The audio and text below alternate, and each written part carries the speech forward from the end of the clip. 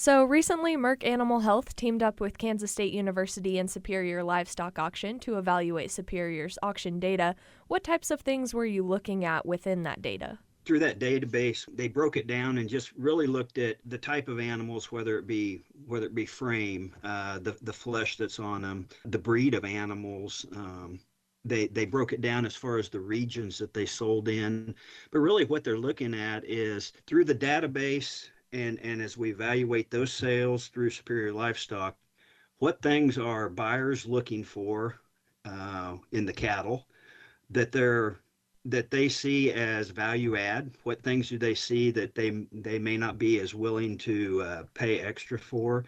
And really trying to give the sellers the opportunity to see what are the buyers really wanting, so they can have conversations with their veterinarian and their marketing people to figure out what's the best approach for them as they market their animals into the next production cycles. And with producers everywhere trying to gain as much value as they can at the sale barn, what are a couple of those things that producers can do to maximize profits? Well, one of the big things that when we look at the value of those cattle, the first thing we'll always say is really need to have a goal in mind. What are we wanting to do as we market these cattle? Because there's so many different marketing opportunities as far as we look at programs, whether it be GAP programs, NHTC, those types of programs. So really having in mind what's the approach that we're going to take becomes very important, because a lot of those programs are going to require some paperwork, some third-party verifications, those types of things. But as we move beyond that, then we look at, okay, what are the things that buyers are willing to pay for? And one of them that always shows up is cattle that have been vaccinated at least twice with the most common vaccines, the respiratory viruses, blackleg, Mannheimias, pastorellas, really addressing the BRD components as well as the blackleg. Cattle that have been dewormed, and then cattle that have been weaned for at least 45 days. Those are the ones that really show up on a pretty regular basis that they're looking they're willing to pay extra for.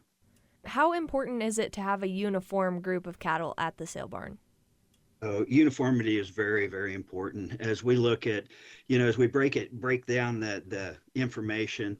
Uh, Gender will affect it. We know that steers are going to bring more money. Mixed lots tend to bring more money than just strictly heifers.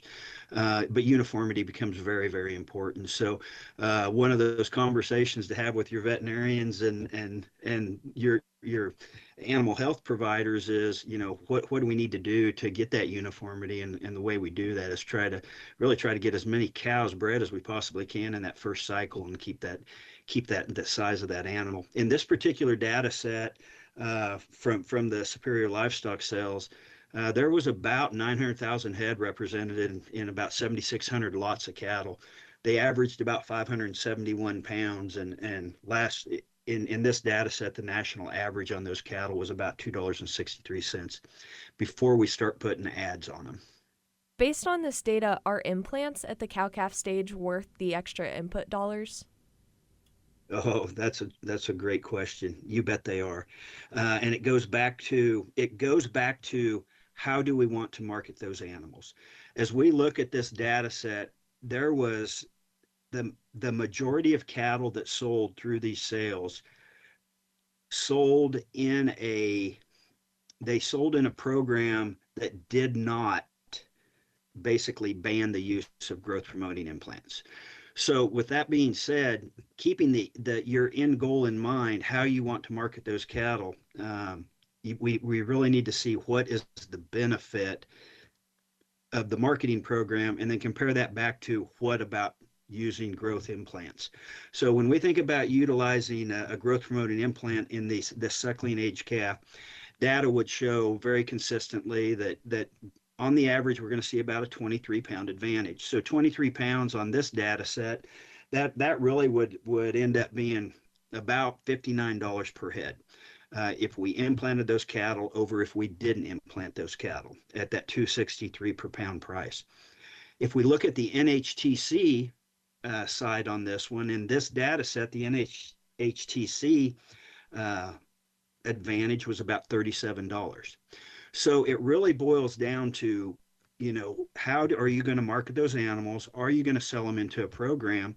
And at the end of the day, pounds is what we get paid on. So if we're not selling into a program that just says you can't use growth promoting implants, there's always an advantage to those growth promoting implants when we put them in. And then if you could give any one piece of advice to a cow-calf producer selling calves at the sale barn, what would it be? I think one of the biggest things that we see where people really like the type of animal that people really like is they like that calf that has been vaccinated at least twice and weaned.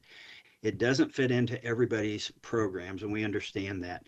So if we can't get them weaned, what we really need to do is we want to make sure that we have at least gotten one round of vaccines into those cattle. If we can stimulate the immune system into that cattle to where at least the next vaccine that they see or the next disease challenge they see that they're ready for it, they're going to weather that disease challenge a lot better if we've had the opportunity to prepare that immune system. So anything that we can do prior to that first movement, prior to that first commingle that we know we're going to have when we move them into through sale barns, prior to that first transportation that could be anywhere from 5 miles to 700 miles. We don't know how far those cattle are going to go.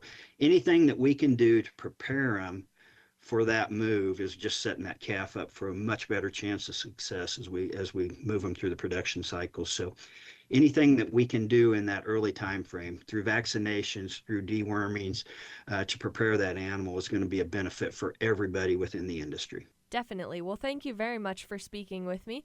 That was Dr. Parks, Technical Services Manager at Merck Animal Health.